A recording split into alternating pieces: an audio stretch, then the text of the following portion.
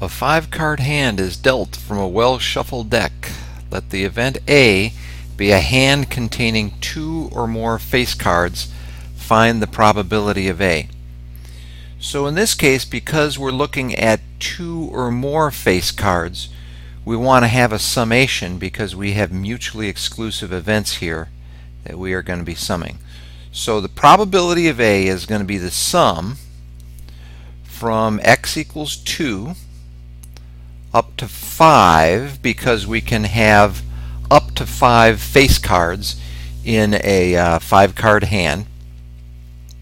And again, we are going to start as we have in the past with 52 choose 5, and that is the usual 2.5 million or so hands that can be dealt from a well-shuffled deck. In the numerator, we're going to find the number of those hands that contain exactly X face cards. So what we're going to do up top is we're going to say out of the 12 face cards, which is of course Jack, Queen, and King multiplied by clubs, diamonds, hearts, and spades. So we have 12 face cards in a 52 card deck, and we're going to choose X of those, and that X is going to run again from 2 to 5. And then of the 40 non-face cards, we want to choose 5 minus X of those. And again, just as a reminder, the 12 and the 40 add to 52, and then the X and 5 minus X add to 5. So we'll see that pattern emerging from time to time as we work these problems.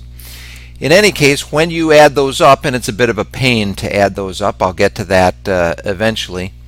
In lowest terms, you get 1,353 divided by 4165. So that's actually a fairly common event that will happen with probability 0.3248 or so.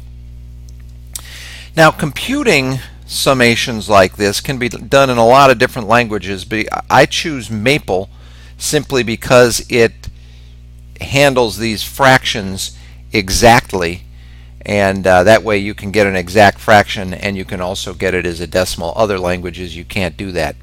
So Maple has a function called sum, so we start out with that, and then it also has a function called binomial, which calculates these binomial coefficients to get your combinations.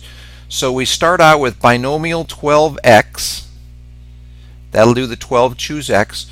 Multiply that by binomial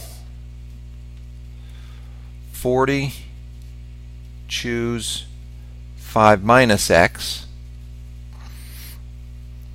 Then that gets divided by binomial 52 choose 5, and that's the denominator.